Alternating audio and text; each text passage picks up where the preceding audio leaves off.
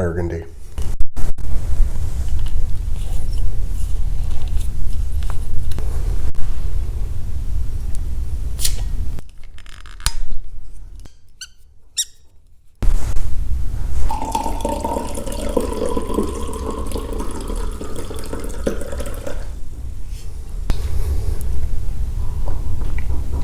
Damn, that's good. Let's get ready for the intellectual dissectional.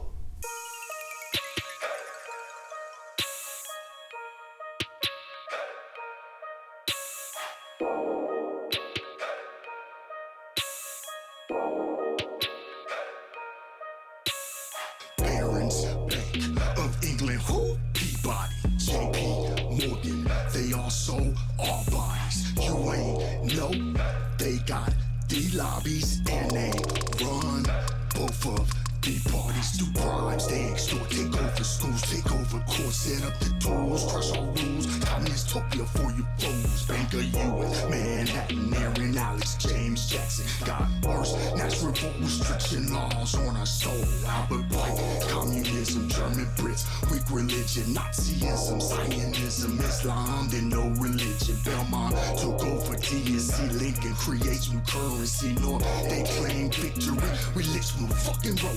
Reconstruction and amendments can't escape them Rothschild agents who just up and created KKK and Jim Crow. Plessiana, Ronald Gold, NYSE gets real roll. 90 Copper, Morris Slay, TCI, Carnegie, JP Morgan, Roosevelt, all the pardons, Audi Dell, all the tears, 6 short years, the Federal Reserve just got built. Hatchery Norman, United Steel, taxes, tariff, the New Deal. That ain't work. Part 2 ain't work either. World War II, United Nations, Strong Thurman, Robert Byrd, and Johnson, Vietnam, bus boycotts, Orbital Fabless, Little Rock, make society short and gray. We saw it in Dwight's DNA. Johnson's cool, Jackie's tears got niggas vote for 200 years. Ex-assassins, riots and rocks. Martin Hampton, you're the boss powder. War on drugs, Gordon Parks, CRA, yo, fuck dogs. Why ain't we follow DMC? Crack and AIDS made history. 3 million illegals got amnesty. We got criminal minded and easy. Ollie North, Nicaragua, funded Iran, fueled the Contra. Flip that shit in America. Epidemic, Ray didn't give a fuck. Really Horton, CIA, pointed Bush to the head of state. Some should have known after race bait. How you get bait into Kuwait? New Jack City, boys in the hood. Early 90s, wrecked the hood. Cop, killer, death row, truce, menace, NWO. Bill on Sachs was a plan. American free trade, stole our plans. Crime bills, stole our dads. Tootsie kill, we just cut off their hands. Brooklyn finest, WTO. Cold bar bombs, we set it off though. Dolly, sheep, Osama's fatwa. Tanzania, Nairobi, Kenya. Clan walk, things so dark. Keto warning, Wesley Clark. After 9/11, plans in motion. Inside New York, hit across the ocean. Afghanistan, Iraq, Syria, Lebanon, Libya, Somalia, Sudan, Katrina, and Iran. Bear Stearns, Wamu, their funds to guess who? JP Morgan, Morgan and Goldman. Dizzy yet, hold on son. Media once again, missing action. No coverage of GD America, no mention of heirs bombing America. Clinton foundations, rape black Haitians, all black presidents, chief relations, Arab Spring, IRS talking to knock over Africa with all smuggling, sold the uranium, took out ambassador. There was standout, there was a master, founded ISIS. Let's make a film with a straight face. This the new normal, what ain't new? None of this shit started way before. Timeline begin, 1784, Maximilian, control the men's plot. That was the plan, bro. Control 3 pillars, money, your body, and world killers. What's been used as guinea pigs. What happened today? Ain't all coincidences. How they control, how they run the planet. White people take all this for granted. Ain't just racism against blacks. Secret close, you up next. Just like that, Daddy.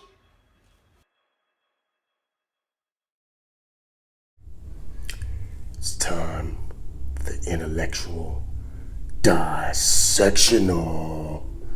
Yeah, feeling good about this one. This is where we break down the whole plan. You ask what plan? Started at the birth of our country.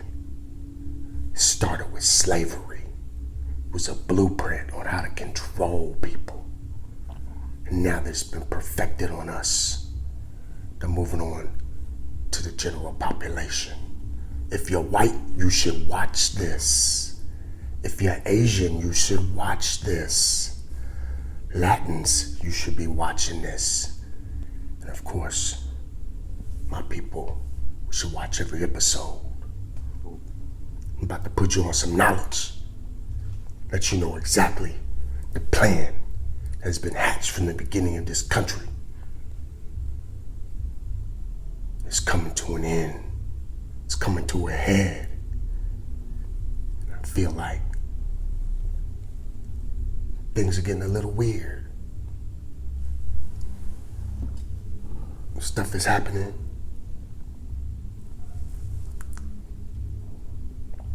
As we lead up to 2020, the election, things are gonna get really weird. We're gonna see some crazy stuff.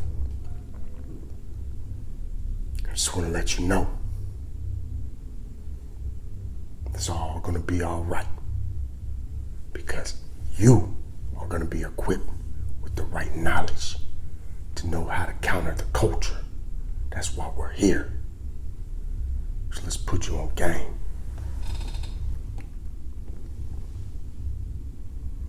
The intellectual dissectional. Let's get it.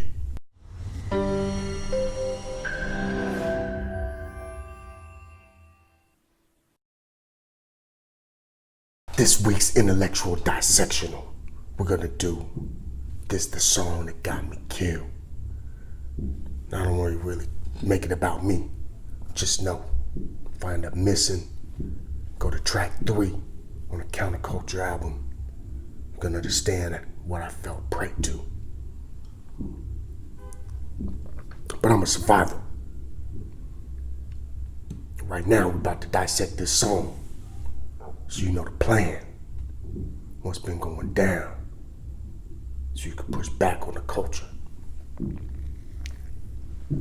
Let's get right into it. Barron's Bank of England, Peabody, J.P. Morgan, they all sold our bodies. It's the very first part of the song. What are we saying here? There was a prominent bank, Barron's Bank. They were in England. They made their money through the slave trade. These people were rich. They were the type of folks that brokered deals between Napoleon and the founders of our country. We heard about the Louisiana Purchase. And Napoleon sold us a huge swath of land, almost double the size of the country. Guess what? Barron's Bank owned that, just like the bank owns your house. And the reason they sold it, because they were English bank fighting against in England was fighting against the French. You would think they wouldn't want to fund Napoleon in his war. But they made their money through slavery, financing the slave trade. And they knew if America grew westward, people would move out west, do the same thing they did to the Native Americans up and down the East Coast and kill them, wipe them out. They need to build out the country, import more slaves. Barons make more money. That's the type of people that we're dealing with. They were in partnership with J.P. Morgan's first founder, George Peabody. This guy, he financed debt for some of the colonies at the birth of our nation. When Maryland went bankrupt, they couldn't pay their debt. Barron's Bank swooped in, bailed this dude out, set him up with J.S. Morgan as J.P. Morgan's father. These dudes took another bailout from the Bank of England that was controlled by the Rothschilds. And that's who started the origin of J.P. Morgan. A bunch of slavers, a bunch of money manipulators. And that's what they are to today.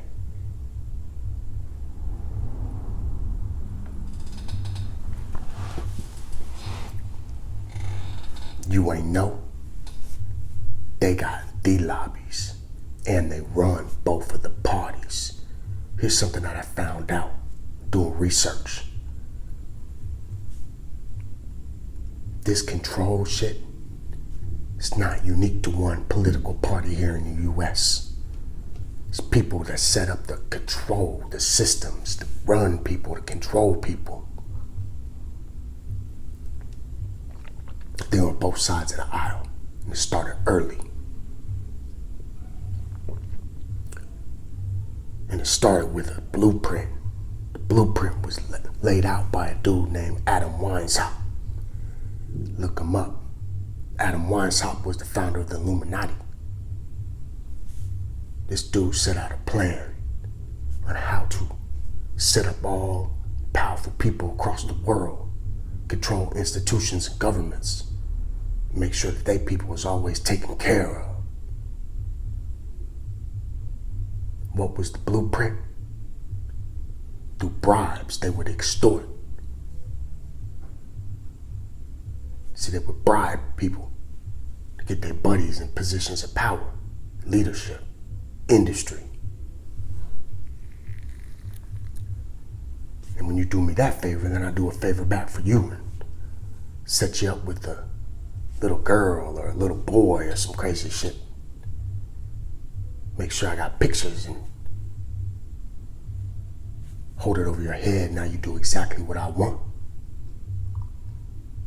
Think this Jeffrey Epstein stuff just started in 2008? Give me a break, man. It's been going on forever. Weishaupt came up with the blueprint. How to set these people up, how to put them in power, how to keep them in power, how to make sure they can control the system. They did it through bribes, through extortion. What else they do? Take over the schools. I ain't even got to spend a whole bunch of time on this. Everybody knows the leftists run the schools. The government's all up in the schools. And that's why they're failing in the hood.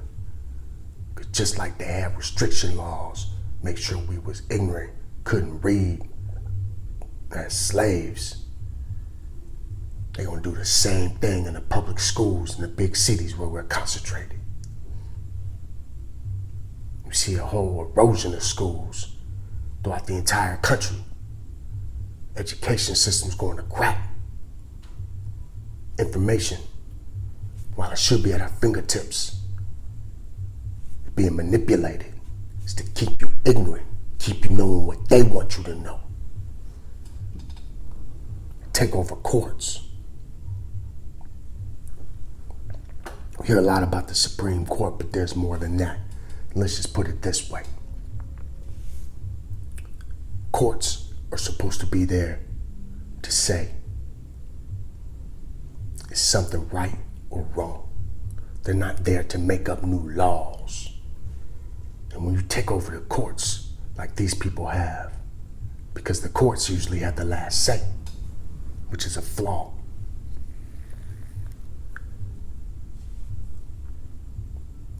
Then they have these courts making these judgments that just create new laws out of nothing. That's how they take over the courts. They know they can't get stuff passed through voting and getting elected and passing it through Congress, so they institute these different ways of taking hold of our culture and forming our culture through the courts. Many different examples. They set up the tools, crush all rules. Communist utopia for you fools. Adam Weishaupt said there was one goal in mind, and that was to wipe out all government, wipe out all religion, wipe out all rules. Everyone would be self-governing. Everyone would live as an enlightened person. It would be like a utopia. We would share resources and labor and all this other garbage that is never going to happen because humans are human beings and we act like human beings, and this stuff is just ludicrous. But that was the plan, and they try to sell it to you. And it's socialism, it's communism, they sell it to you like a dream. We've never seen anything close to it, but they want you to aspire to it. And they tell you exactly how to do it, through control, do exactly what they tell you to do. It's ludicrous. If you believe it, just like the song says, you a fool. Bank of U.S., Manhattan, Aaron Alex James Jackson. A lot of names there, right? Well, let's start out. The Bank of U.S., that was the first central bank in the United States. Now let me tell you about what central banks are there to do. Right now we have the Federal Reserve. It's a bunch of banks that set our interest rates, how much money costs to get loaned to from the government to banks so they can then reloan it to us. Also, they're there to regulate, make sure that no one's getting ripped off. And it's hot as usual.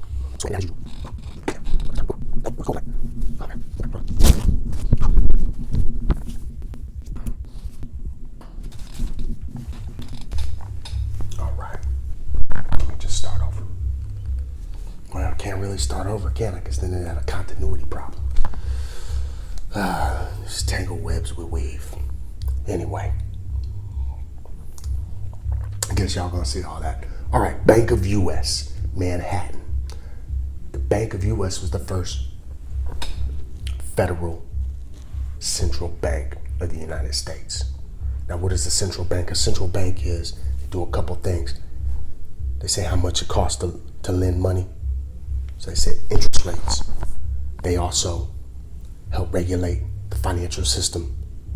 And finally, when there's a crisis, they bail people out. So, you have to understand that this is just an old system of gaining control over different governments, different populations, because they know once they bail you out, after they get you in a terrible situation, then they control your money and they control you. That's the problem. But we went ahead and set up the first bank of the U.S. It was set up by Alexander Hamilton, one of our founding fathers. It was funded through the Bank of England and the Rothschilds. Again, banking dynasty, getting all in our business. At the same time, the Bank of Manhattan, which you might know as Chase Manhattan, J.P. Morgan, etc. These dudes was getting started by Aaron Burr. Now, if you're a student of history, you'll remember that Aaron Burr, Alexander Hamilton got in a duel. Think it had to do a little with this banking issue? They were rivals.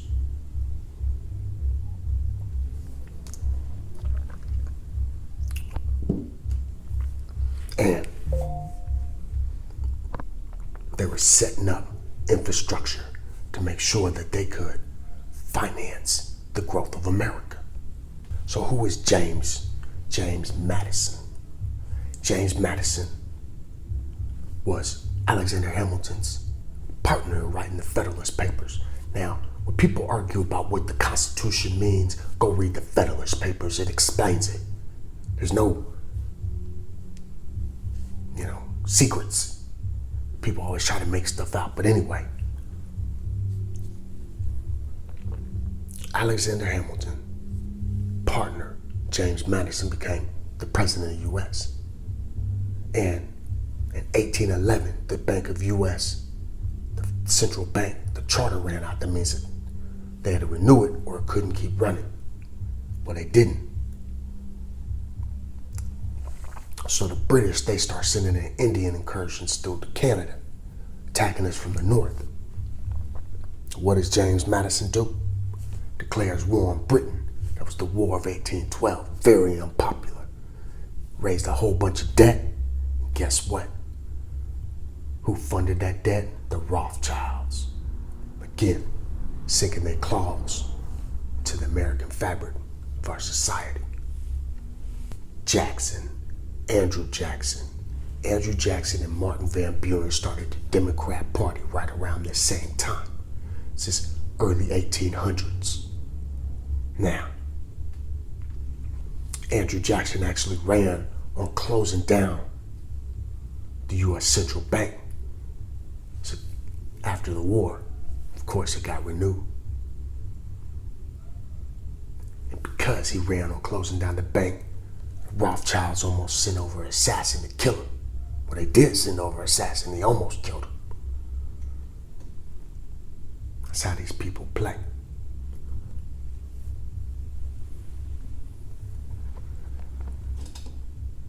They run presidents. They influence every aspect of what's going on in this country. These are the people. They're the puppet masters. Yeah, you heard me right.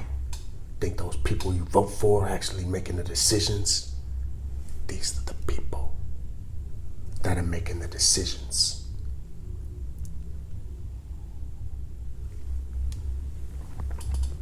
How did they get this control? Well, I told you they blackmailing your congressman. It's like Jeffrey Epstein was setting them up with little girls, flying them out to islands and lofts in New York.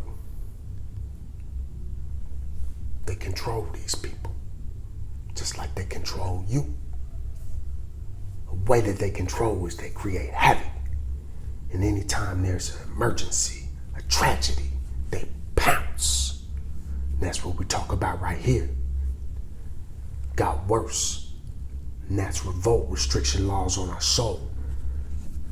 Now, if you haven't heard of one of the most famous slave uprisings in history, Nat Turner's revolt, look it up. Interesting story. In the end, the revolt was put down, but it also had a long-lasting effect by setting up restriction laws, making sure that we couldn't gather together, we couldn't learn to read or write. It was a way that gave them an excuse to really clamp down and restrict us, restrict our movement, setting up a paradigm for the future ghettos, setting up the paradigm for the future education system. And remember, they're moving on to you. Albert Pike. Albert Pike was a Confederate general. He too had a plan. A plan on how to rule the world. His plan was interesting. He said, first, you gotta set up communism. He knew communism people, they lose their religion. He knew. They would be able to control people through the ideas of a utopia and shared society. And he also knew that it would create a power in the East from the Russian Empire that would then, in the future, have to go head to head with the Western powers. Albert Pike also said we had to take the German, Hungarian Empire and the British Empire and exploit their differences and make them war against each other. And that's exactly what happened with World War I. It's the German Brits, weak religion. Albert Pike knew for the plan to get instituted, they had to break down religion. I want you to get on the internet and take a look at what has happened to the participation in religion since 100 years ago. Just think about it. People complain about the moral fabric of our society.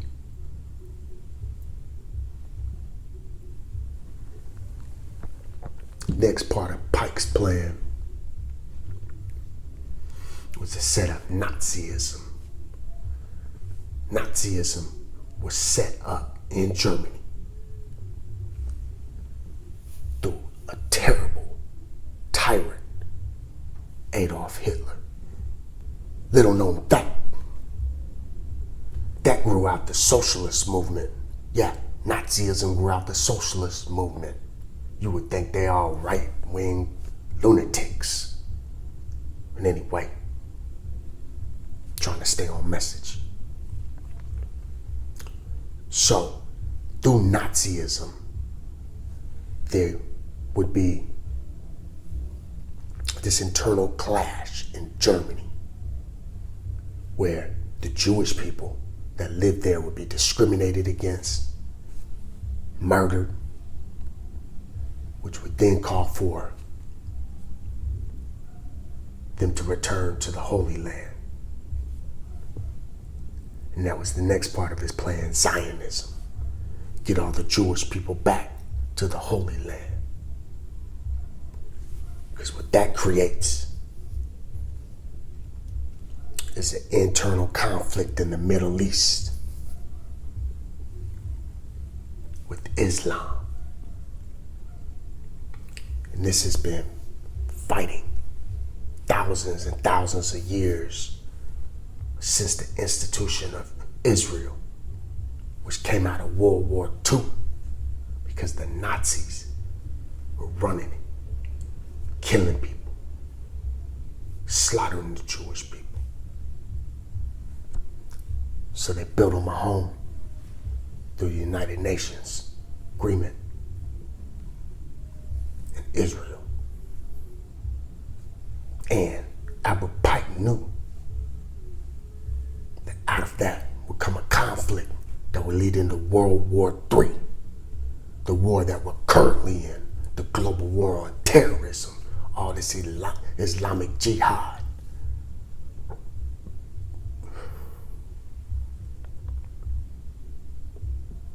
This burgundy is good.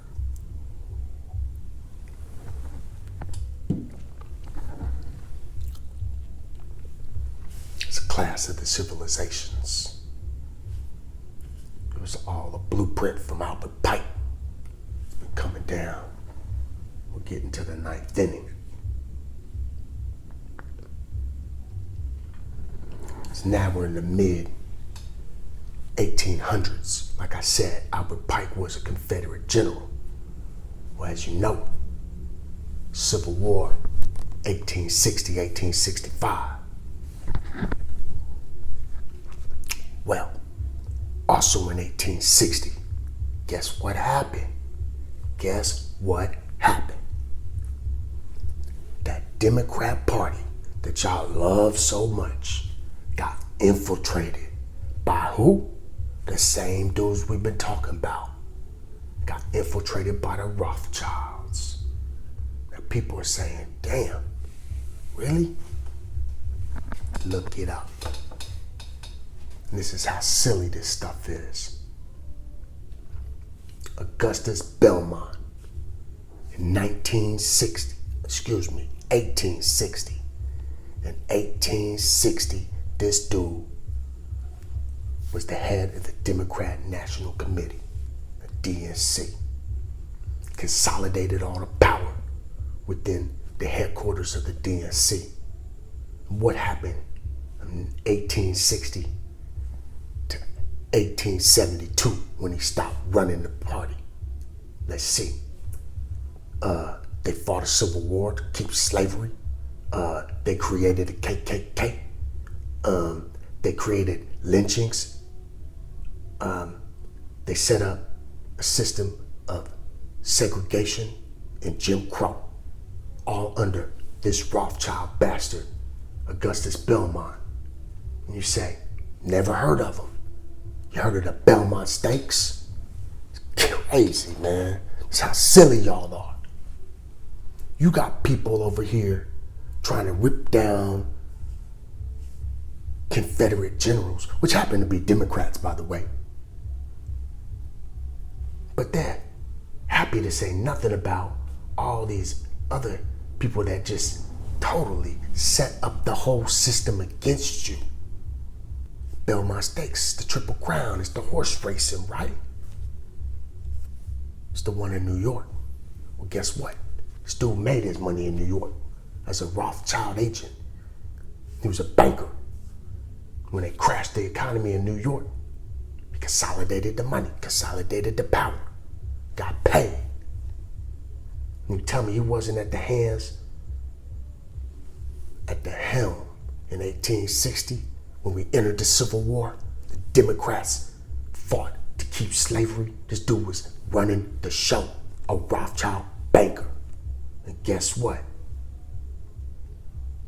Think it wasn't about racism? This dude was an ardent racist, crazy racist.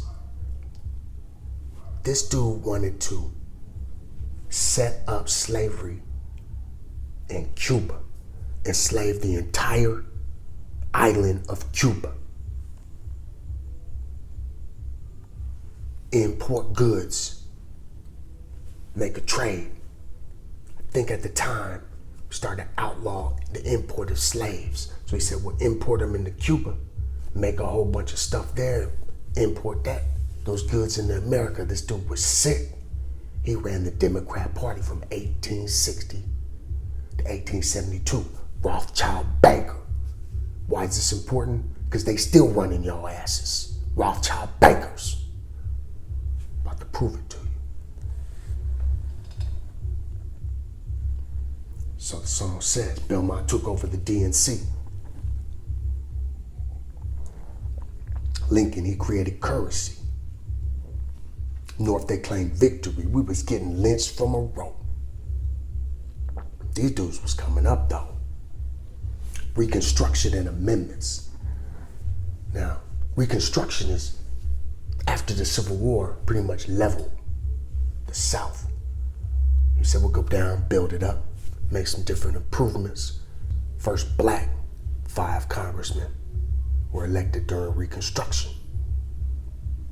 All Republicans, by the way. But, just like the song says, they couldn't escape the Rothschild agents. By the end of 72, they set up and created KKK and set up Jim Crow. Thank goodness we got the 13th, 14th, 15th Amendments passed. The latter two, by the way, 0 Democrats voted for. Just a little history there. Plessy run on gold. NYSE gets railroad. United Copper, more enslaved. TCI and Carnegie. So, right at this time, we are at the late 1800s, 1890 to be specific. Plessy versus Ferguson. That established separate but equal was constitutional. Now, then we move into, before we actually move into that, again, this shows the system of how they have this informal control that becomes more and more formalized until it's finalized by the courts. And when you take over the courts, this is what happens. Even the Constitution says we all created equal.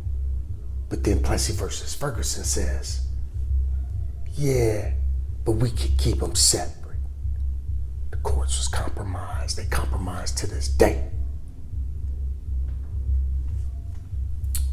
Moving on. The song says, Plessy and a run on gold. NYSE got railroad.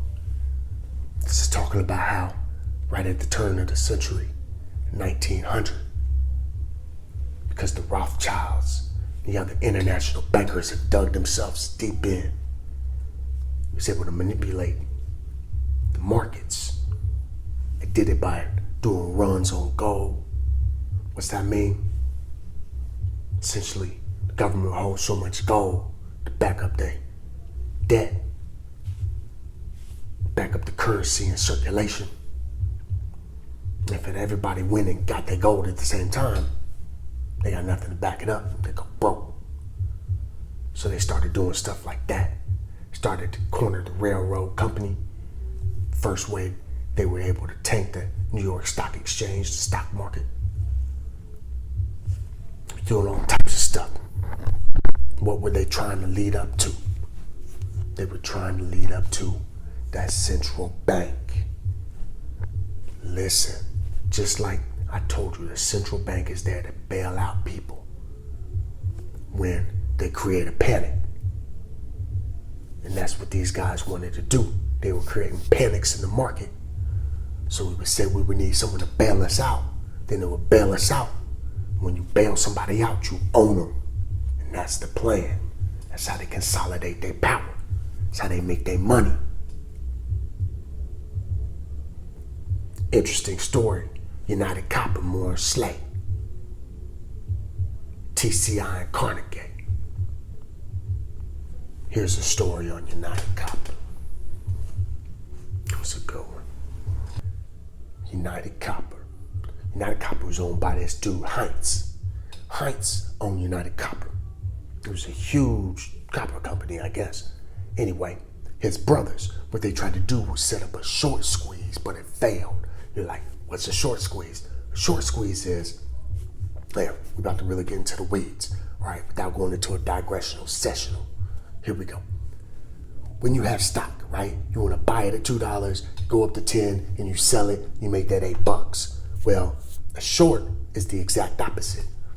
You borrow somebody's stock, you sell it at $10, it goes down to $2, you buy it back at $2, you keep the $8, you give them their stock back. It's crazy. This is stuff banks do. Anyway, so what these guys were trying to do was a short squeeze, where they're shorting the stock of United Copper, right? The brother stock. They're shorting. Oh, they're shorting it, they're shorting it. When you do that, it's just like when you buy it. It's the opposite of buying. So when you buy something, it goes up. When you short it, it goes down. What they're doing is they're selling it, putting out some fake, terrible news about the company in the news. So then it just keeps tanking, right? And as it's going down, they're making money on their positions. Then, what a squeeze is when people figure out, oh no, all this bad news is not really bad news, it's all made up. Then everybody has to close out their short positions and buy the stock back. And when they're buying the stock back, it's a squeeze and it just pops up. Well, these dudes, they gonna make money on the way down, shorten it, buy it all when it's real low, tell everybody bad news wasn't bad news, and then let it pop back up. They own a whole bunch of it, goes back up, they sell it, make profit again. People are geniuses. They're felons. They're thugs. They're criminals. They're thieves. Well, this guy's trying to little short squeeze on their brother's company, United Copper, but guess what? The short squeeze failed. See, when they bid the stock down through the shorts, guess what? JP Morgan stepped in and said, oh no, that company is garbage. And it failed. They lost all their money. Jerk. And their brother, who owned the company, he also owned a bunch of banks. People started getting crazy. They're like, well, this dude's going out of business. This bank's gonna go out. So there's a run on bank. Everybody try to get their money. Banks start going bust. JP Morgan steps in. Oh, don't worry about it. Put some money into the economy. Everything settles down. But the stock, TCI, through the sell-off, the stock market's going crazy during this time. It had dipped so much and it backed up the debt of this other company, which was a huge bank, more Slay. Because that TCI stock dropped so much, essentially more Slay went bankrupt. Another run on banks. And again, JP Morgan steps in with US Steel and buys TCI. Pennies on the dollar. Then puts 35 mil into the markets, which pretty much means he bought up all those banks that failed. And he got everything super duper cheap. JP Morgan. remind me to remind you of this story when we get to 2008, where JP Morgan did the same stuff. The difference is back here, the turn of the century, they knew all this was garbage. And all this was market manipulation, except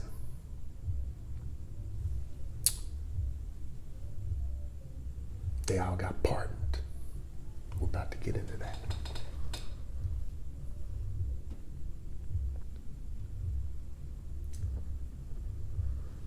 Part about Carnegie. Carnegie used to own U.S. Steel. Moving on, J.P. Morgan, Roosevelt. See, he gave out all the pardons that he dealt. All the tears, 6 short years, because this was 1907. The Federal Reserve just got built. This was the plan, to set up the Federal Reserve. See, people started saying, what if we don't have a JP Morgan to step in and bail out the whole economy? The Federal Reserve is a bunch of banks.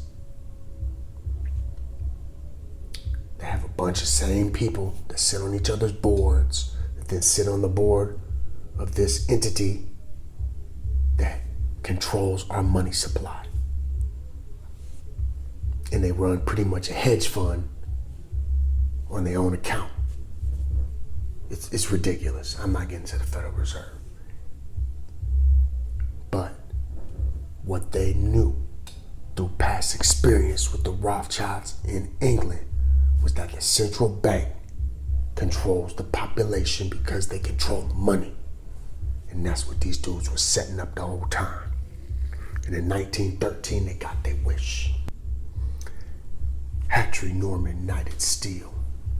Interesting story about this. So, Hatchery, this dude is like the Warren Buffett of 1929.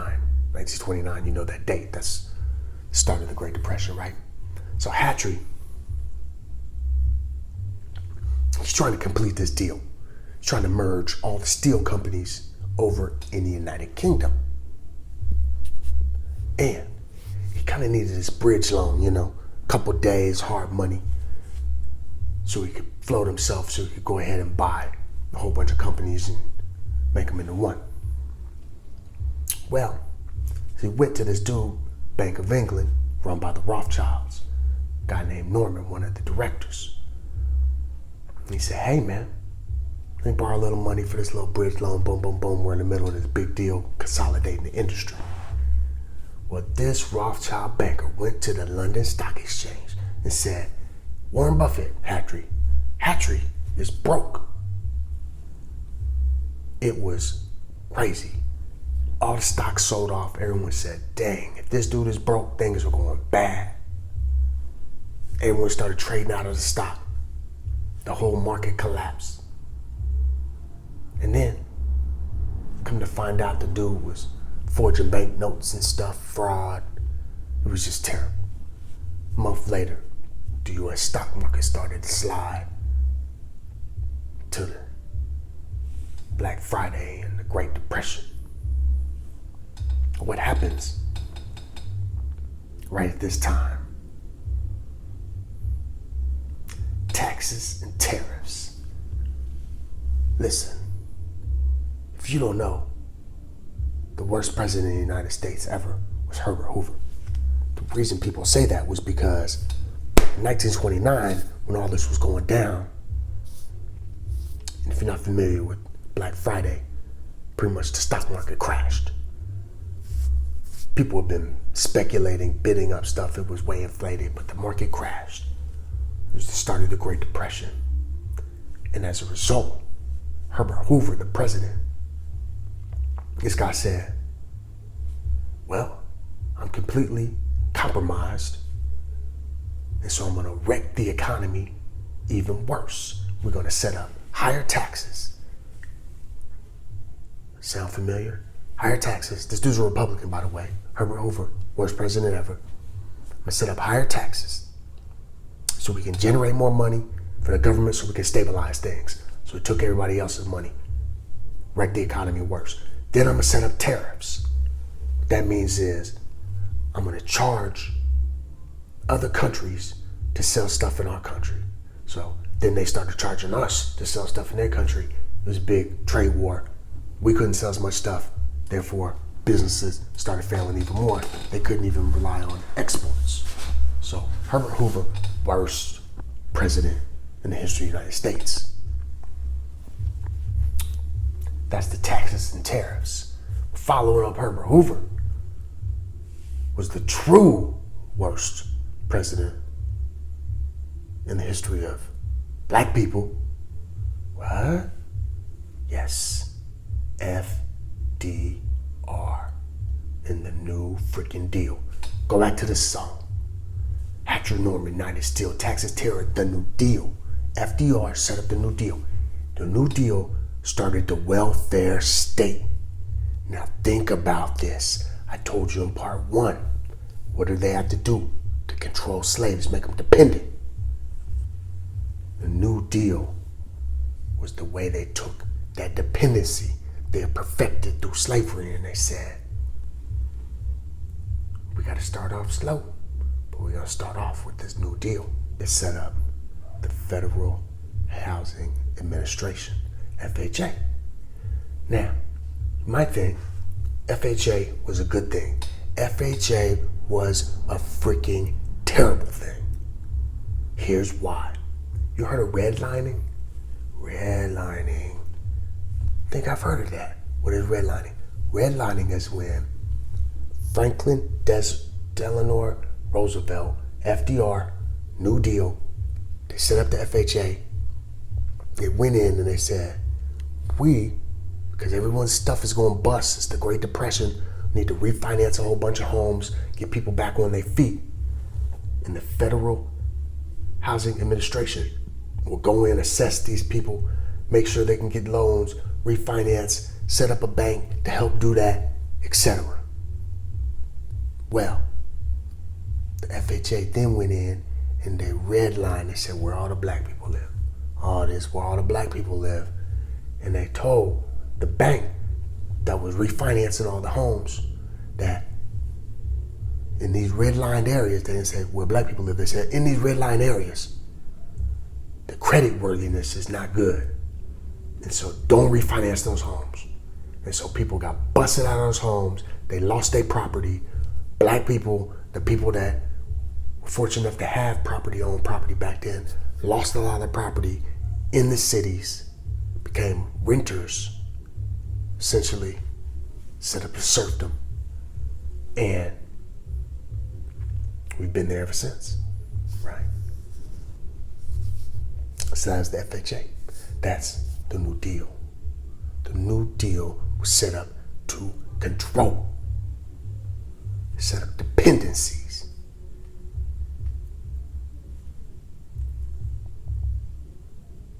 And it did not help the family. There was a study done that looked at the family after the New Deal. And what had happened was what we see with welfare. Families were no longer dependent on a man and a woman because it was a woman and the government could raise a child. So families started to fall apart across the board, not just with black folks. Johnson had a whole new plan for that. That was the New Deal. The New Deal was supposed to take us out of the Great Depression. That didn't work. So they set up the New Deal Part 2. The New Deal Part 2. More socialism. See if I got any notes on the New Deal Part 2.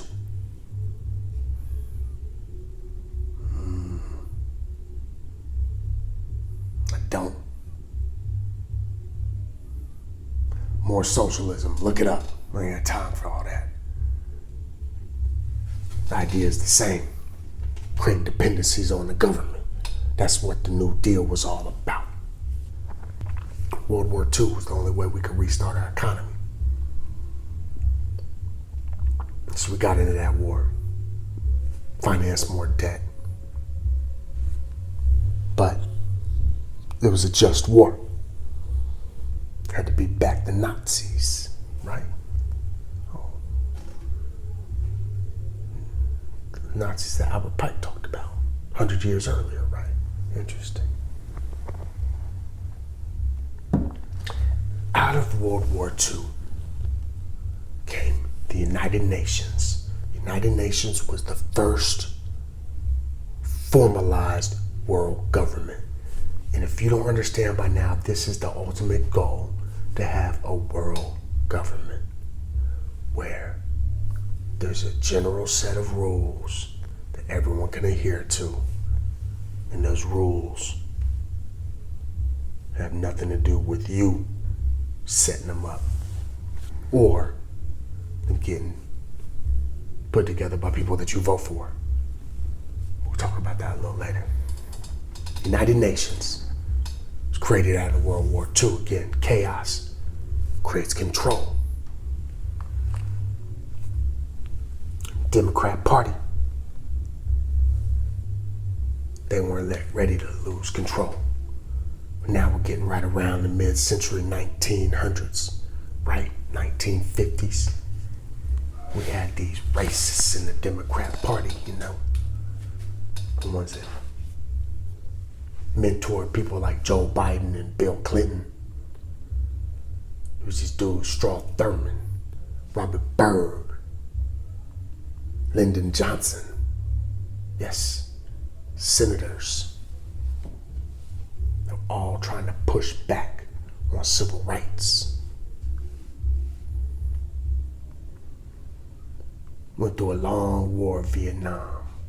Again, grinding down this country through conflict, spending our national treasure to stop communism, something that was set up years ago as the main opponent to capitalism.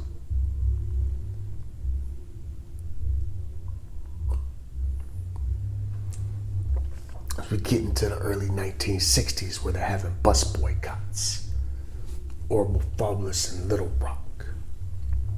Here's one of my favorite stories that come out of this song.